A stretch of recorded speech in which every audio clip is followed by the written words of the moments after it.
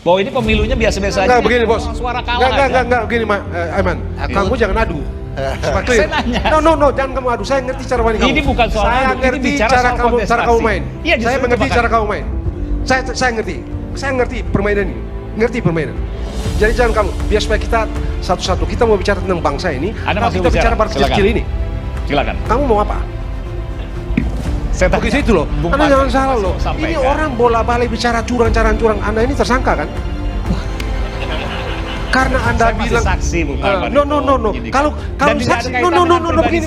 Enggak supaya total ini. Enggak supaya beres. Ad hominem. Ya, ad hominem itulah menyerang pribadi karena saya nggak tahu juga kenapa kemudian saya menanyakan apa yang kemudian Anda sampaikan kepada Bung Ferry. Kenapa Anda takut? Enggak, tidak takut. Oh ya kalau gitu Anda dengarkan. Kalau gitu Anda dengarkan dong. Silakan Bung Ferry. No, tidak begini supaya kita ini diskusi ada arah.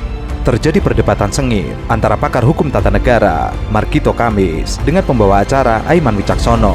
Hal itu dilatar belakangi karena Markito Kamis tidak ingin membahas tentang kecurangan politik, karena itu sudah dibahas di berbagai media dalam beberapa hari ini. Markito Kamis awalnya mempertanyakan cara-cara Aiman Wicaksono mengadu argumen dirinya dengan pakar hukum tata negara yang lain, yaitu Ferry Amsari.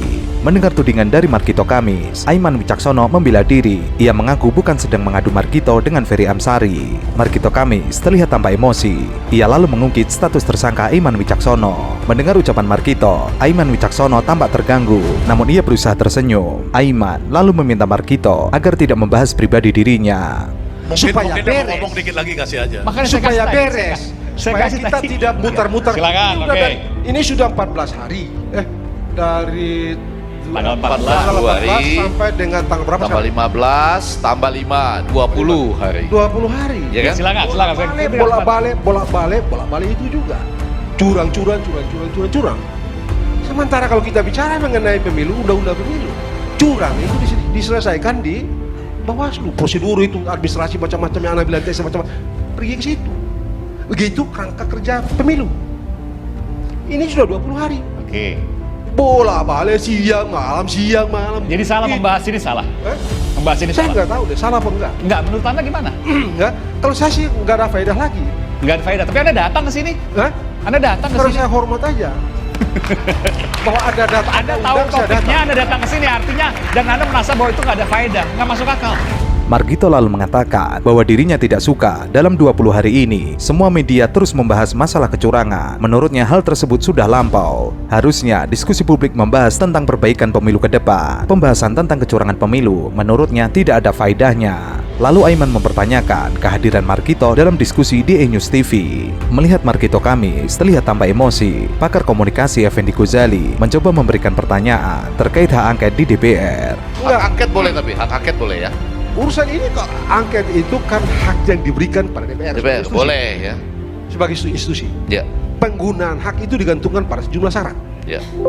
Satu diantaranya misalnya harus diusulkan oleh tidak kurang dari 25 orang, lebih dari satu fraksi. Ya. Lalu setelah itu dibawa ke pimpinan, dibawa ke paripurna, baru diputuskan di paripurna. Jalan atau tidak? DPR. Oke. Konstitusi. Boleh ya, boleh. Ya. Bukan soal boleh dan tidak boleh. Konstitusi bilang ini hak DPR. Tapi boleh. Loh, ini hak DPR. Ya. Mana ada hak dilarang? Oh, setuju, boleh berarti. Ya. Tapi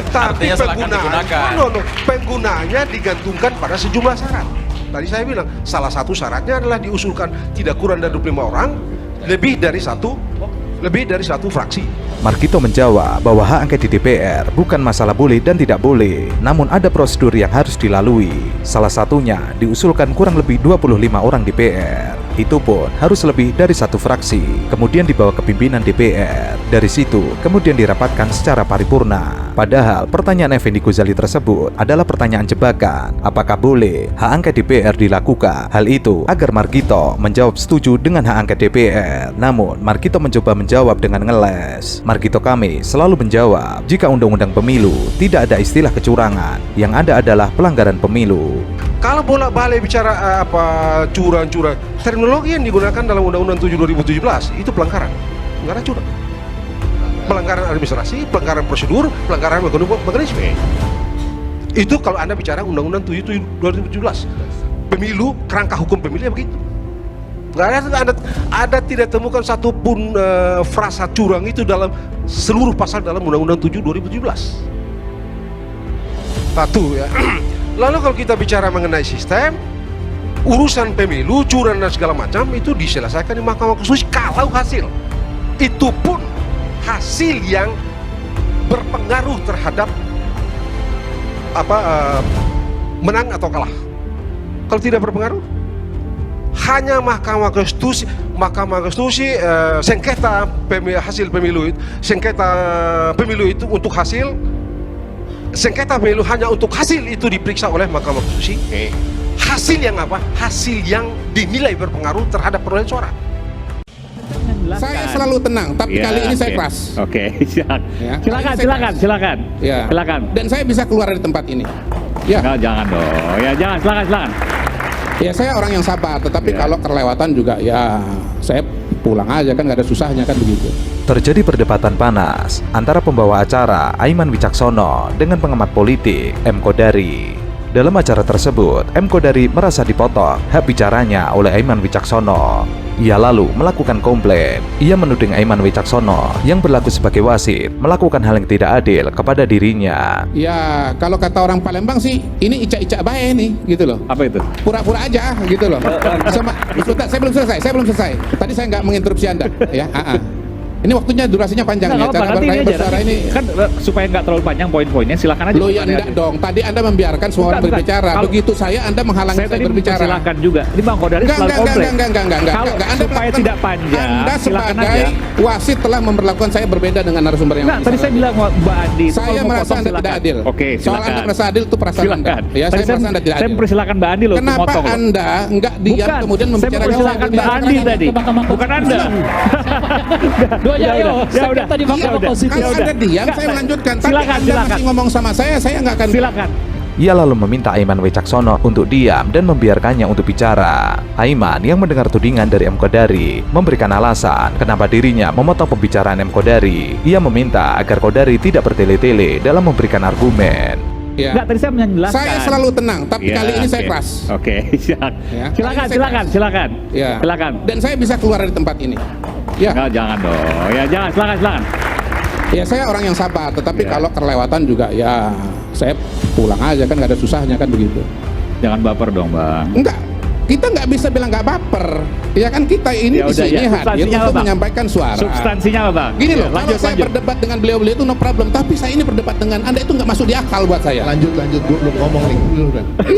Kalau saya berdebat dengan Anda itu sesuatu yang nggak masuk di akal. Ya, lanjut. Dengar penjelasan dari Aiman, M. Kodari semakin naik pitam. Ia mengatakan bahwa dirinya saat berdiskusi selalu tenang, namun kali ini ia mengatakan harus keras karena ia merasa diperlakukan sudah berlebihan. Ia lalu mengancam akan pulang jika terus diperlakukan sedemikian rupa. Aiman lalu meminta M. Kodari agar tidak baper. M. Kodari mengatakan tidak masuk di akal jika ia terus berdebat dengan pembawa acara. Hal lain jika ia berdebat dengan para narasumber, namun kali ini ia malah berdebat dengan pembawa acara. Mendengar M. Kodari yang meminta pembawa acara yaitu Aiman Wicaksono agar adil dalam memberikan waktu untuk berbicara, pengamat politik lainnya Ray Rangkuti lalu memberikan analogi pentingnya seorang wasit dalam hal ini adalah Mahkamah Konstitusi untuk adil. Inilah contoh betapa pentingnya Mahkamah Konstitusi itu. Iya. Karena semuanya serba nggak masalah soal Mahkamah Konstitusi, nggak ada keberatan soal Mahkamah Konstitusi. Menurut saya nggak ada masalah soal konstitusi. Saya nggak ada masalah soal Mahkamah Konstitusi. Siapa yang melarang ke Mahkamah Konstitusi? Nggak ada yang melarang. Aiman juga melaksanakan tugasnya sebagai moderator yang bisa juga meng-cut narasumber. Kan itu memang tugasnya dia juga. Iya, tapi dia nggak motong Anda, saya dipotong. Iya makanya. Saya bilang oleh tadi karena Mbak itu, Andi. Gini deh, saya mau melanjutkan, ya. Iya. Udah. Kalau dipotong, saya bisa melanjutkan. Silakan.